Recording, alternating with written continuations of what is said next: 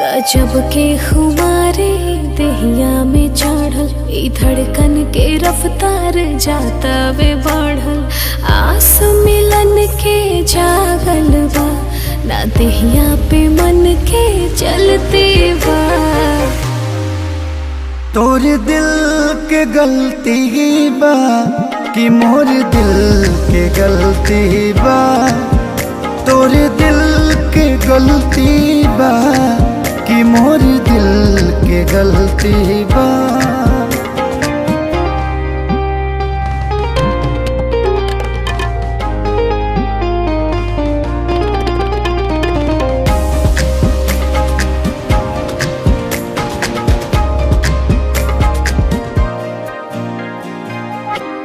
अखिया से अखिया लागे कईले बचोरी, हम ताकी जनवरी तू ही लौके लूबे गोरी।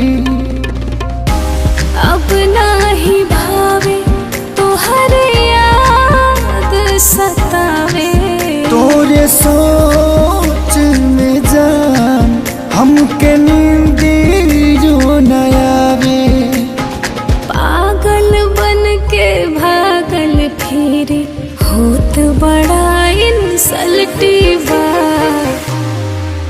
तोरे दिल के गलती बा कि मोर दिल के गलती बा। तोरे दिल के गलती बा कि मोर दिल के गलती बा।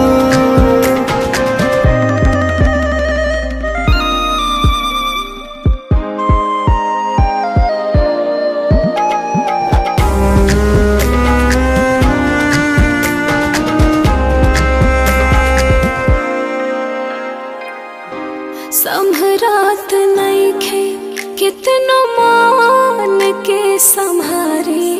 बड़ी बार बा ते प्रेम के बीमारी।